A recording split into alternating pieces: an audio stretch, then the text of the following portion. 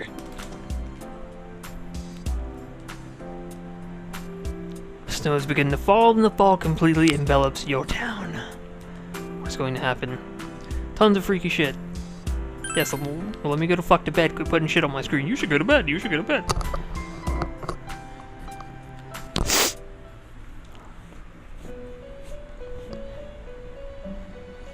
Igor. Margaret. Welcome. What's up, dude? It's been quite some time. That it has. That it has.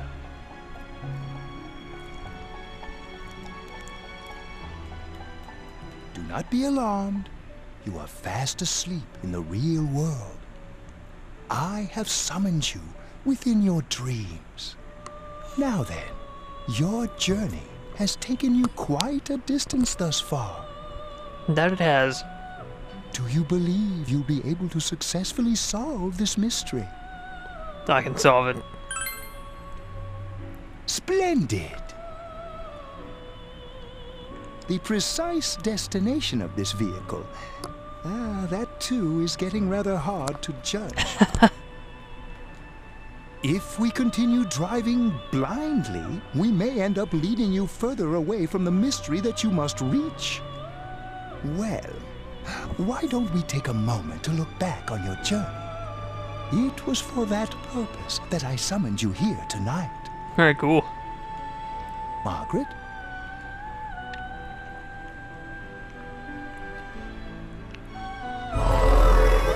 Voices you've heard many times before in your echo in your mind. Really getting it is totally different. I mean, really finding yourself. I've been trying not to think about it all this time. But I finally feel like I can face reality. What's right? What you should choose to do in life? The answers to those things lie within you. I think I need to start being more selfish. I'm going to think about my life and set my own path. Good kid. I was scared, but I've learned my lesson now. I won't just try and escape into my own personal time. We are experiencing the words engraved into your memory during your journey. All right, let's go ahead and think this through as much as we need. If we leave any unanswered questions behind, we'll just be lying to ourselves. I'll think as hard as I can and try to help. Come on, we've accomplished this much together, haven't we? Right. Together. And it seems you have comrades with you as well. Those heading in the same direction through this dense fog.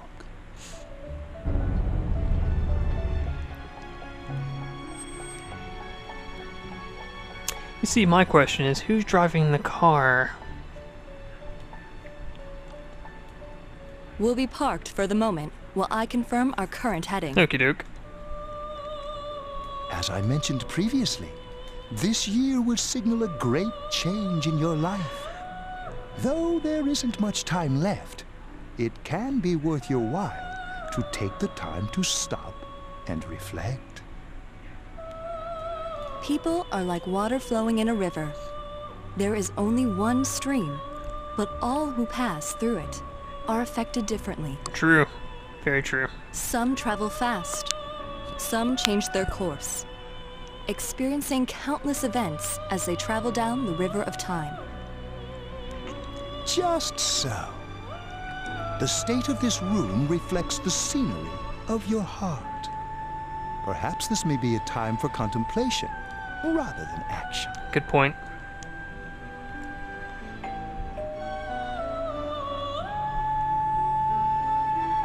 Oh, fuck.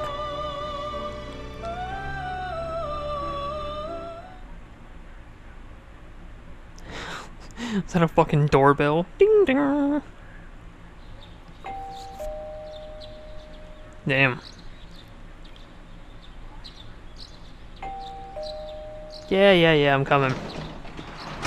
What's up, dude? Teddy's missing. I looked all over the neighborhood, but I couldn't find him anywhere. I think he'll be back soon. I hope so. Rise and the others are checking inside the TV to see if he's gone back to the other side. We're meeting pretty soon, so will you come with me to Junes? No, I'm good.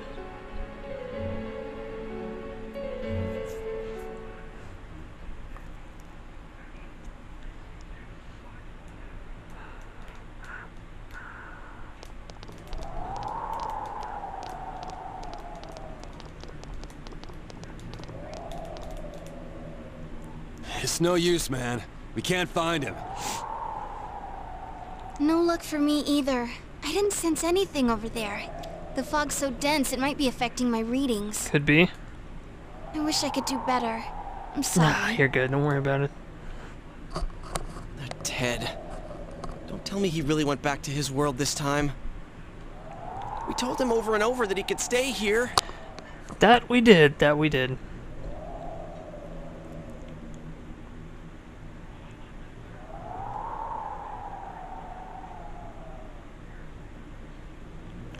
This may be a time for contemplation rather than action.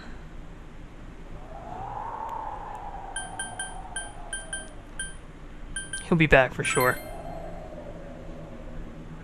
Yeah. We'll just have to believe in him for now. He plays dumb a lot, but he's attached to us deep down. He wouldn't disappear without saying anything, right? Yep. I'm worried for Teddy myself, but let's trust in him and await his return. Right now we must concentrate on the case. It won't be long before Namatame is transferred to another location. We must hurry, or we will miss our only chance to get his perspective on this. You know, I've been thinking about the case since, but something just doesn't seem right. Let's quickly review the facts. Of all the victims, only 2 were killed. Miss Yamano the announcer, and Saki-san. From the documents we found in the car, we know Namatame had some sort of dealings with them. After that, there were multiple attempted murders in which we were targeted. It was only when he took Nanako-chan that we caught him in the act, identifying his modus operandi in the process. When I hear you put it like that, sounds like the dude's guilty. As a result of Namatame's arrest, the police admitted that Mitsuo Kubo was a mere copycat killer. Yes, indeed. Back up to yesterday. Remember when you said Namatame didn't have a motive to kill the announcer? That's what's bothering me. Right. Either he's completely nuts, or we're misunderstanding something. You lost me. She's trying to say that if Namatame is sane, then there may be facts in the case we don't know about yet. Sane or insane? Sounds like a play I saw before. When he talks about saving people, what does that actually mean? I don't think there's any doubt that it includes kidnapping people and throwing them into the TV.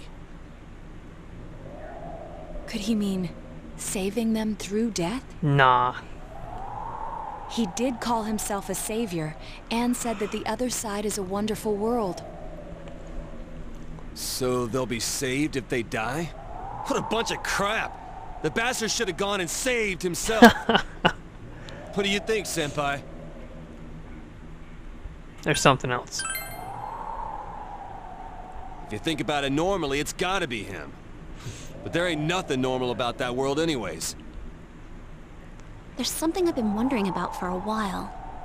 When we first encountered him, he said, "You're the ones I saved. Don't worry, I'll save this girl too." So, if he saves people by killing them, did he save us too? Wouldn't he actually have failed to save us? For real. You raise a good point. If he thinks that salvation comes only through death, his words to us make no sense. And another thing, the Namatame who appeared on the Midnight Channel said he failed to save Nanako-chan.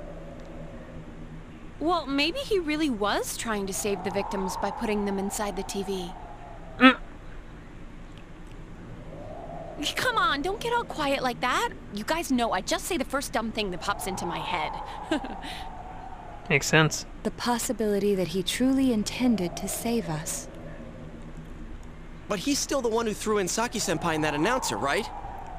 Actually... Sure, we haven't nailed down his motives, but that doesn't change the fact that he killed them. I don't think he did kill him. Or what? You think someone else was involved? What makes you think so? Because there'd be something that proves this possibility.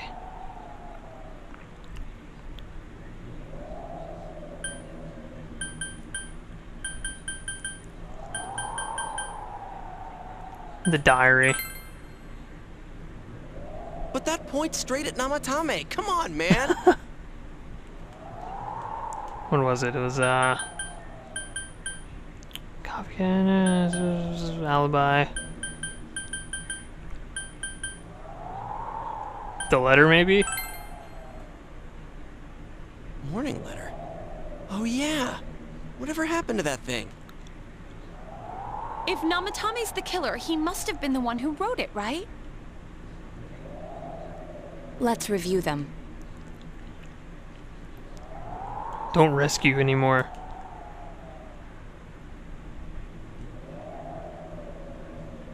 Yes, that's right. Isn't that kind of odd? Would someone who thinks he's saving people by killing them write stuff like don't rescue or kill? Yeah, and the will be put in and killed part doesn't make sense either. If the killer was writing it, wouldn't it be more like I'll put in and kill? Hey, could this mean... He didn't write it. Yeah. It's almost like someone else wrote this letter. Indeed. But only the killer would write such a letter and deliver it to Dojima-san's house, right? Mm-hmm. If someone else wrote it, that could only mean... Dear God. Since this is such an unusual case, I was absolutely convinced that other than the Kubo incident, there was one culprit. So, Namatame really was trying to save his victims? He's still a faggot, but yeah. Everything is exactly the opposite of what it first seemed.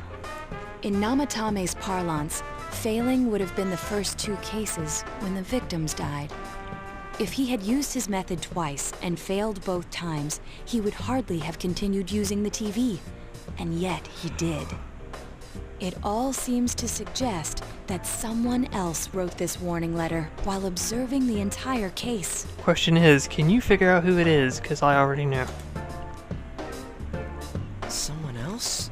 Then... it wasn't Namatame that killed Saki-senpai and the announcer? Nope. We can't say for certain yet. We urgently need to speak with Namatame face to face. Cool. Let's do it. Judgment Arena.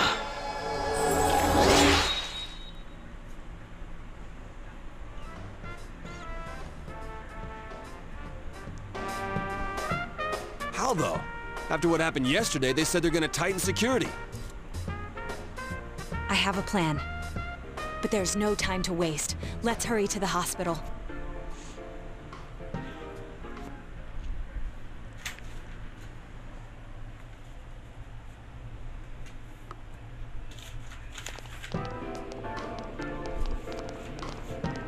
Hey, this place is off limits. I'm a consultant with the police. I'd like a few words with Namatame-san. May I go in? This is Unit 252, requesting confirmation on an ID. Name of Naoto Shirogane. Huh? Ah. Understood. I see. Well, you're on the list. I can give you a few minutes, but I'll have to record your conversation with him for security purposes. Not that I expect you'll get anything coherent out of the guy. He's been spouting nothing but gibberish. I'd like him to accompany me as well. He has no identification, but this is an emergency situation, and he's here in Detective Dojima's stead. Huh? Detective Dojima sent him? I wasn't informed of this. Shut up, bitch. I'll vouch for his identity. Well, I guess it's better than dealing with the man himself. We have our hands full with the transport procedures, so the last thing we need is Detective Dojima running wild. Detective Adachi is busy somewhere too. This is Unit 252. Huh? I see. Has something happened? There's something about a suspicious object out in the lobby. Ah, well then, this works out nicely. You should back up your colleagues downstairs. We'll keep watch over Namatame-san. A disturbance in a hospital lobby, after all. It sounds serious. If anything happens, hit the nurse call button. I'll leave the rest to you.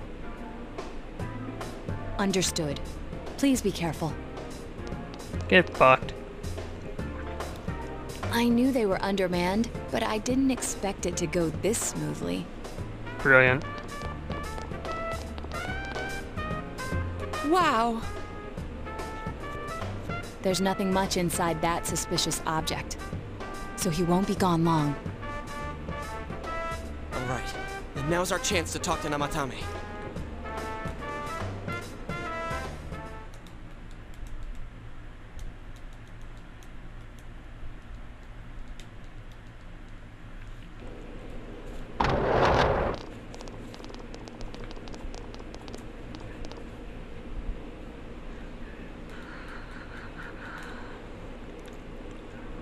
Namatame-san, there's something we'd like to ask you.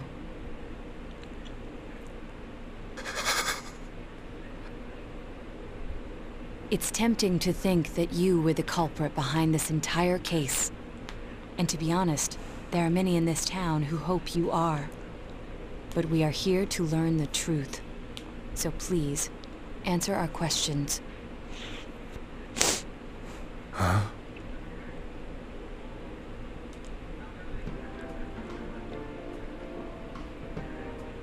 Is saving killing people? Yeah, I didn't think so. No. If nobody saves them, they'll be killed. That's why I put them in there.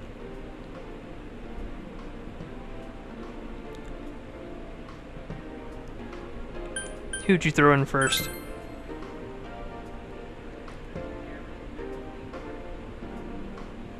Huh? Me? Yukiko.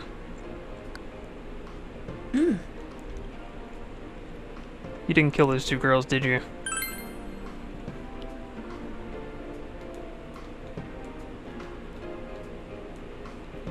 They were killed. I couldn't save them.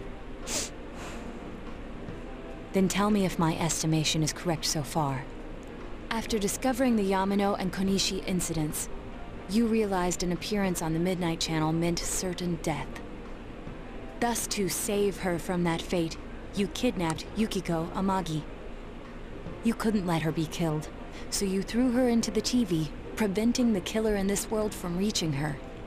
And you repeated the process, as more individuals appeared on the Midnight Channel.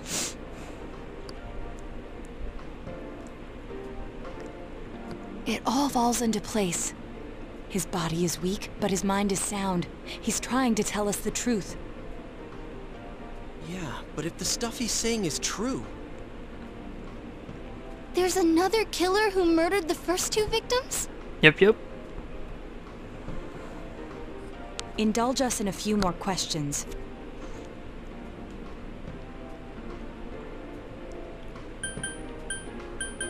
Why did you enter the TV?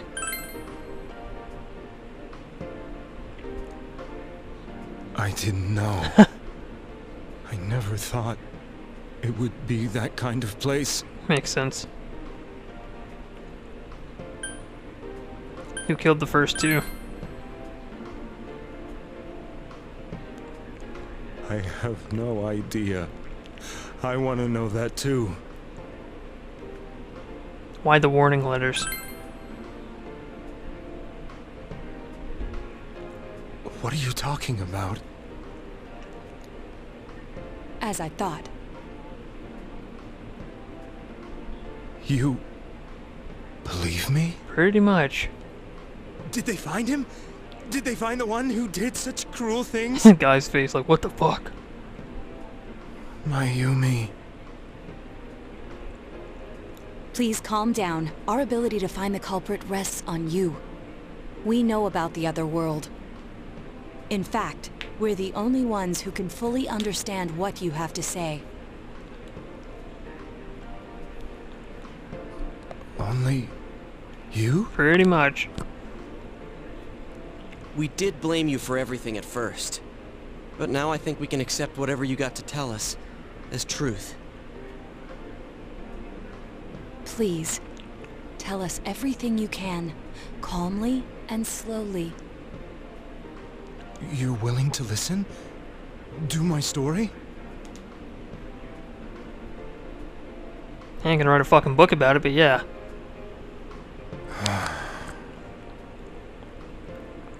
All right.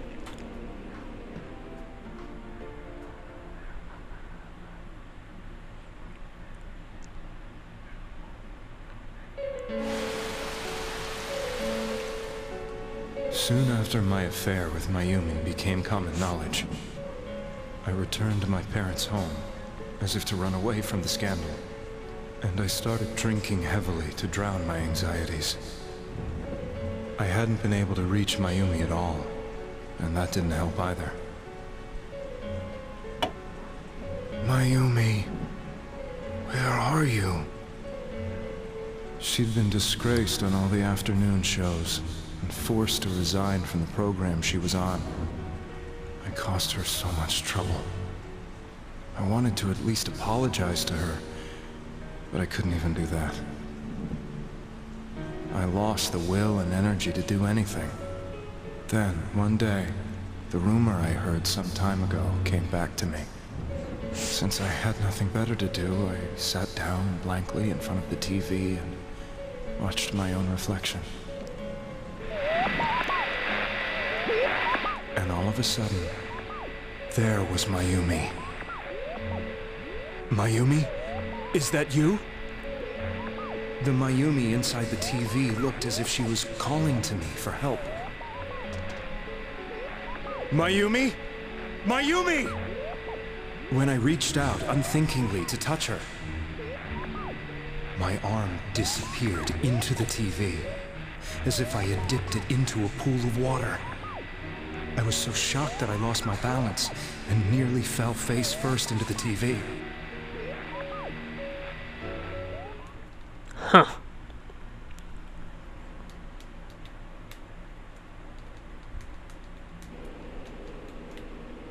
I was so scared. I couldn't understand what just happened. I thought maybe I'd gone insane.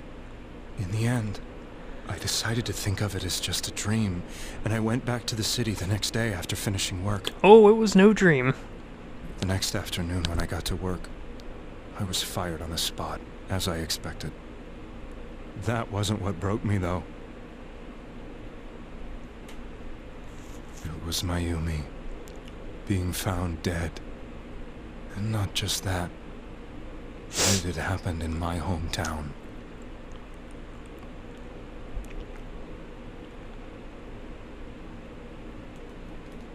I was dumbstruck. But later on, I remembered the image of Mayumi I'd seen that night.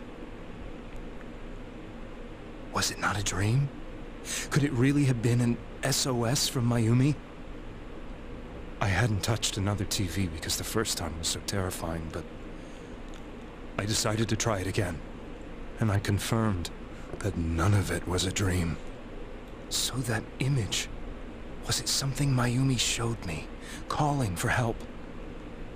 That's how I felt. And eventually, you learned of the Midnight Channel. I remembered that when Mayumi was alive, she was chasing a rumor about some bizarre TV program. I'd heard about it before, but I thought it was just an urban legend. But then Mayumi appeared on it, and later turned up dead. The more I thought about it, the harder it became to believe that the two events were unrelated. Soon after that, I came back to Inaba to answer the police's questions. I'd lost my job, and I wanted to know the truth of Mayumi's death for myself. Then, on another rainy night, someone else appeared on the Midnight Channel. It was a girl. She looked like she was calling for help, just like Mayumi. The first thing that came into my mind was, maybe this girl will be the next to die. And that was Saki-senpai. I'd been following all the news about Mayumi, so I noticed right away that she was the girl who found Mayumi's body. And if my hunch was right, she'd be the next victim. I didn't want her to die the way Mayumi did, so I desperately kept watching. I was consumed with the idea of rescuing her. Then, little by little, her image on the screen came into sharper focus. It became sharper? How did you find out it was her? After I came back, my father couldn't bear to see me in such low spirits, and gave me a job with the family business. I met that girl when I delivered a package to the liquor store.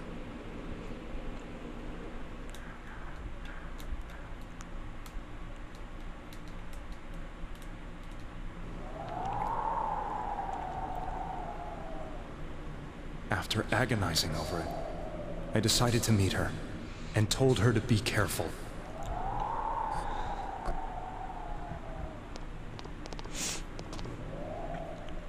But that same night, on the TV,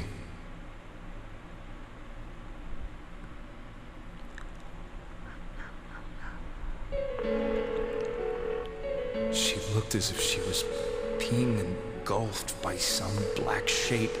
She was writhing in pain.